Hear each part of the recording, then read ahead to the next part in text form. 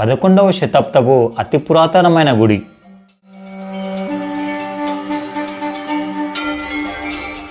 ఏడు అంతస్తులుగా 90 అడుగుల రాజగోపురం.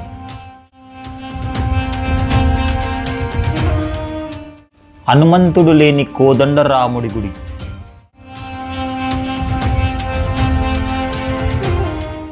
గ్రామీణ వాతావరణం, పచ్చని పొలాల మధ్య ఉన్న ఆలయం.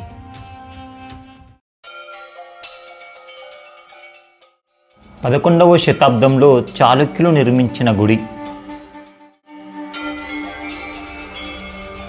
అయోధ్యకు వెళ్ళలేని భక్తులు ఈ ఆలయాన్ని సందర్శించవచ్చు. శ్రీరాముడి వనవాస సమయంలో విశ్రాంతి తీసుకున్న ప్రదేశం. ఆలయానికి ఈశాన్యంలో కోనేరు ఉంటుంది. అత్యధికంగా ప్రీ వెడ్డింగ్స్ జరుగు స్థలం ఇది. 450+ మూవీస్ షూటింగ్ జరిగిన స్థలం. సినిమాలోని ఒక్క సన్నివేశమైనా ఇక్కడ తీస్తే హిట్ అవుతుందని సెంటిమెంట్ ఉన్న దేవాలయం.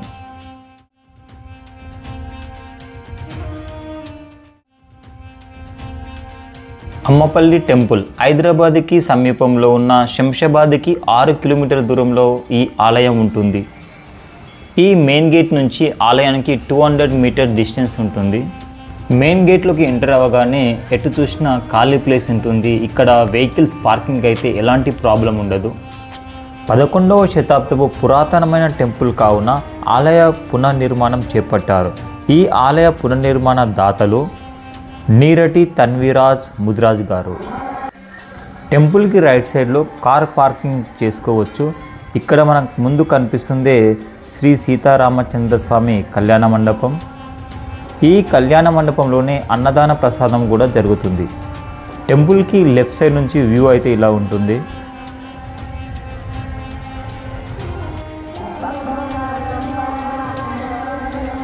ఇదే అమ్మపల్లి టెంపుల్, శ్రీ సీతారామచంద్ర స్వామి టెంపుల్. అయోధ్యలో బాలరాముడు మకర తోరణంతో ఏకశిలా విగ్రహంగా కుడి చేతిలో బాణంతో కనిపిస్తారు. ఇక్కడ కూడా శ్రీరాముడు కుడి చేతిలో బాణంతో కోదండరాముడిగా ఇక్కడైతే దర్శనమిస్తాడు మనకు. 90 అడుగుల రాజగోపుర ద్వారం నుంచి టెంపుల్ లోపలికైతే వెళ్ళాలి. ఈ ఆలయం యొక్క ప్రధాన పూజారి గారు సత్యనారాయణ మూర్తి గారిని కలిసి ఈ ఆలయం యొక్క అన్ని విషయాలు తెలుసుకొని మీకు తెలియజేస్తున్నాను. మనం టెంపుల్లోకి వెళ్ళగానే మనకు 2 స్తంభాలు అయితే కనిపిస్తాయి. ఒక స్తంభం వచ్చేసి ధ్వజస్తంభం అయితే మరొక స్తంభం దీపాల స్తంభం.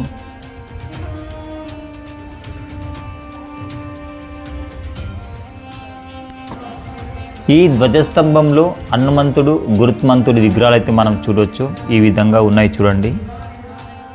హనుమంతుడు లేని గుడి అని చెప్పి హనుమంతుని చూపిస్తున్నా అనుకుంటున్నారా? మనకి తెలుసు రాముడు లేనిది హనుమంతుడు లేడు, హనుమంతుడు లేనిది రాముడు లేడు. అందుకే రాముడి దగ్గర హనుమంతుడు విగ్రహం ఉండాలని ధ్వజస్తంభంలో హనుమంతుడిని తర్వాత పెట్టారట.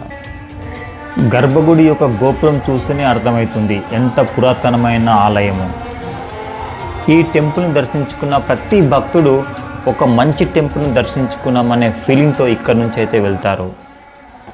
విష్ణు భగవాన్ని 10 ఆలయాలను దర్శించుకుంటే ఎంత విశేషమో ఈ ఒక్క గుడికి వస్తే కూడా అంత విశేషమట. ఎందుకంటే ఇక్కడ ఉన్న రాముడి ఏకశిలా విగ్రహ మకర తోరణంలో 10 విష్ణు అవతారాలు ఉన్నాయి. ఆలయం యొక్క అన్ని సైడ్ల నుంచి వ్యూస్ అయితే చూపిస్తాను చూడండి.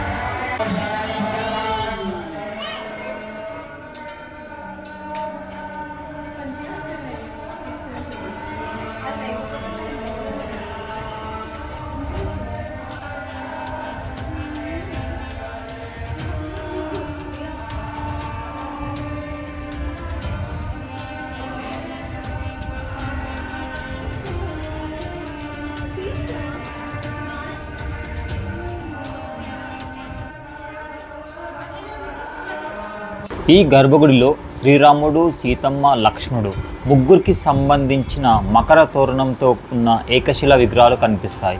ఈ గర్భాలయంలో రాముడి దగ్గర హనుమంతుడు కనిపించడు. అందుకే ఈ అమ్మపల్లి సీతారామచంద్ర స్వామి దేవస్థానంను హనుమంతుడు లేని గుడి అని పిలుస్తారు. శ్రీరాముడి దగ్గర హనుమంతుడు లేకుంటే బాగుండదని టెంపుల్ ఎంట్రీ మెయిన్ గేట్ దగ్గర పెద్ద హనుమాన్ విగ్రహం నిర్మాణం జరిగింది. ఈ ఆలయంలో రాముడి చేతిలో బాణం ఉంటుంది. ఆ బాణంనే కోదండం అంటారు. అందుకే ఈ ఆలయాన్ని కోదండ రామాలయం అని పిలుస్తారు. కోదండ రాముడు అంటేనే హనుమంతుడు పరిచయం కాకముందున్న రాముడు. ఒకవేళ రాముడి పక్కన ఆంజనేయ స్వామి ఉన్నట్లయితే చేతిలో బాణం ఉండదు. ఆశీర్వాదం ఇస్తున్నట్లు, అభయహస్తం ఇస్తున్నట్లు ఉంటాడు. అది పట్టాభిరాముడు.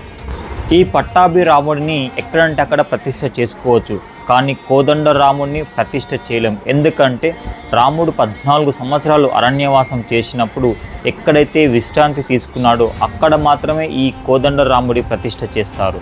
అంటే ఇక్కడ వనవాస సమయంలో కొంతకాలం రాముడు విశ్రాంతి తీసుకున్నాడు. అందుకే అప్పటి రాముడు, అప్పటి కోదండ రాముడుగా ఇక్కడ మనకైతే కనిపిస్తాడు. ఇక్కడ కొందరు భక్తులు పూజా కార్యక్రమంలో పాల్గొన్నారు. ఎవరైనా పూజా కార్యక్రమంలో పాల్గొనాలనుకుంటే టెంపుల్కి వచ్చి ఈ పూజా కార్యక్రమాన్ని బుక్ చేసుకోవచ్చు, లేదా స్క్రీన్ పైన కనిపిస్తున్న ఫోన్ నెంబర్ కాల్ చేసి కూడా ఈ పూజా కార్యక్రమాన్ని బుక్ చేసుకోవచ్చు.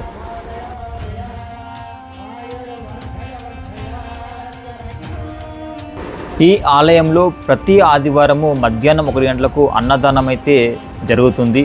ఎవరైనా భక్తులు ఈ అన్నదానంలో పాల్గొనాలనుకుంటే 2500 కడితే 100 మందికి మీ పేరు మీద అన్నదానం అయితే ఇక్కడ జరిపిస్తారు.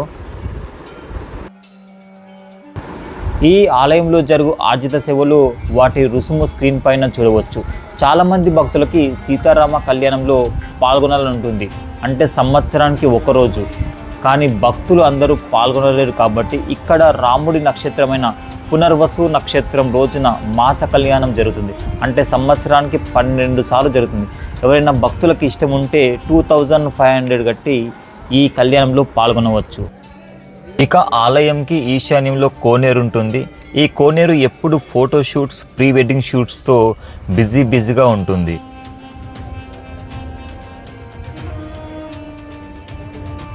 ఇక్కడ ఫోటోషూట్ ఎవరైతే చేయాలనుకుంటున్నారో వారైతే 3000 రుసుము చెల్లించి రసీదు పొంది ఫోటోషూట్ అయితే చేసుకోవచ్చు.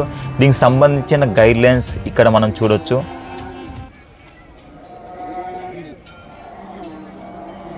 ఇక్కడ మనకు కోనేరు చుట్టూ కొత్త జంటలు, కెమెరామ్యాన్లే కనిపిస్తున్నారు. చూడండి ఎన్ని ప్రీ వెడ్డింగ్ జరుగుతున్నాయో చూడండి. తెలంగాణలో ఎక్కువ ఫోటోషూట్ జరిగే ప్లేస్ ఇదే అనుకుంటా. భక్తుల నమ్మకాలతో కొన్ని టెంపుల్స్కి ప్రత్యేకమైన పేర్లు వస్తాయి. ఎగ్జాంపుల్ చిలుకూరి బాలాజీ టెంపుల్ వీసాల దేవుడు అంటారు. ఎందుకంటే ఎవరైనా విదేశాలకి స్టడీ పైన వెళ్ళాలనుకుంటే వీసా అప్లై చేసుకుని చిలుకూరి బాలాజీ టెంపుల్కి వస్తారు. ఎందుకంటే తొందర వీసా వస్తుందని భక్తుల నమ్మకం. అందుకే వీసాల దేవుడు అంటారు. అలాగే ఈ అమ్మపల్లి టెంపుల్ని సినిమా గుడి అని పిలుస్తారు. ఎందుకంటే ఇక్కడ 450 కంటే ఎక్కువ సినిమాలు షూట్ చేశారు. ఎన్నో ఫైట్ సీన్స్, క్లైమాక్స్ ఫైట్స్ ఇక్కడే షూట్ చేశారు.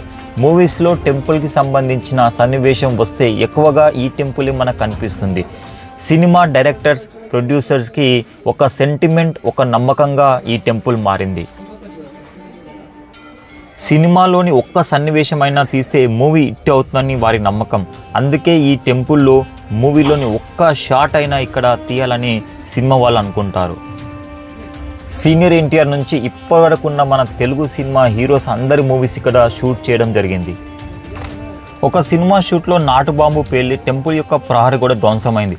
అప్పటి నుంచి ఇక్కడ ఉన్న ప్రజలు మూవీస్కి అయితే పర్మిషన్ ఇవ్వడం లేదు. ఓన్లీ ఫోటోషూట్స్కి మాత్రమే పర్మిషన్ ఇస్తున్నారు.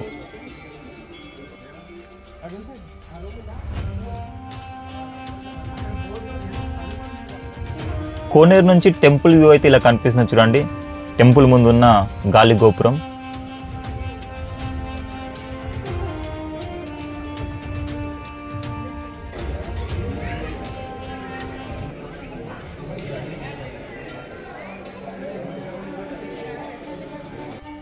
ఈ అమ్మపల్లి టెంపుల్ పచ్చని పంట పొలాల మధ్య ఆహ్లాదకరమైన విలేజ్ వాతావరణంలో ఉంటుంది.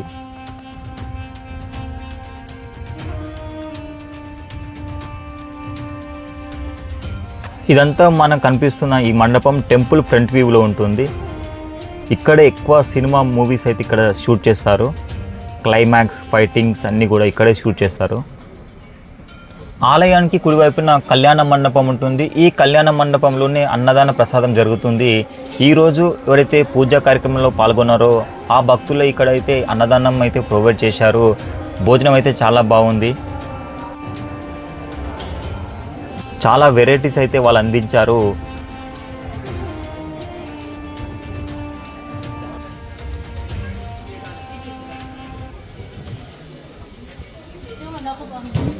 టెంపుల్కి ఎడమవైపున శివాలయం ఉంటుంది, అలాగే హనుమాన్ మందిరం కూడా ఉంటుంది. ఇక్కడ ఈ అమ్మపల్లి టెంపుల్లో శ్రీరామనవమికి, శివరాత్రికి ఇక్కడైతే చాలామంది భక్తులు అయితే వస్తారు.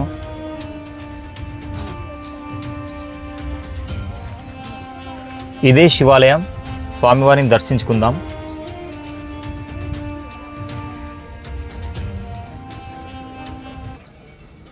మధ్యాహ్నం కావడం వల్ల టెంపుల్కి అయితే లాక్ ఉంది. జూమ్ చేసి చూపిస్తాను చూడండి.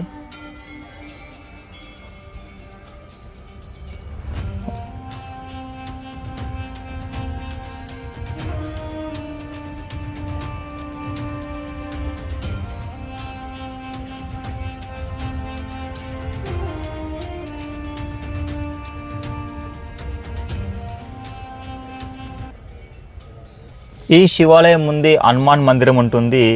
ఈ హనుమాన్ మందిరం దగ్గర ఒక షూటింగ్ అయితే జరుగుతుంది, సీరియల్ షూటింగ్ ఉన్నట్టుంది. చూద్దాం రండి.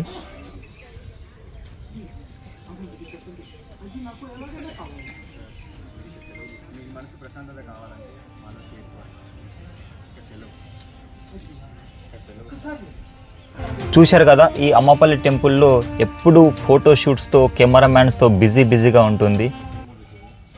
టెంపుల్ మెయిన్ గేట్కి ఆపోజిట్లో పెద్ద ఆంజనేయ స్వామి విగ్రహం అయితే ఇక్కడ ఏర్పాటు చేశారు చూడండి. సీతమ్మ పేరు మీదుగానే అమ్మపల్లి అనే పేరు వచ్చింది ఈ టెంపుల్కి. చాలామంది భక్తులు కళ్యాణం జరగడం లేదని, సంతానం కలగడం లేదని చాలామంది భక్తులు అయితే ఈ టెంపుల్కి వస్తారు.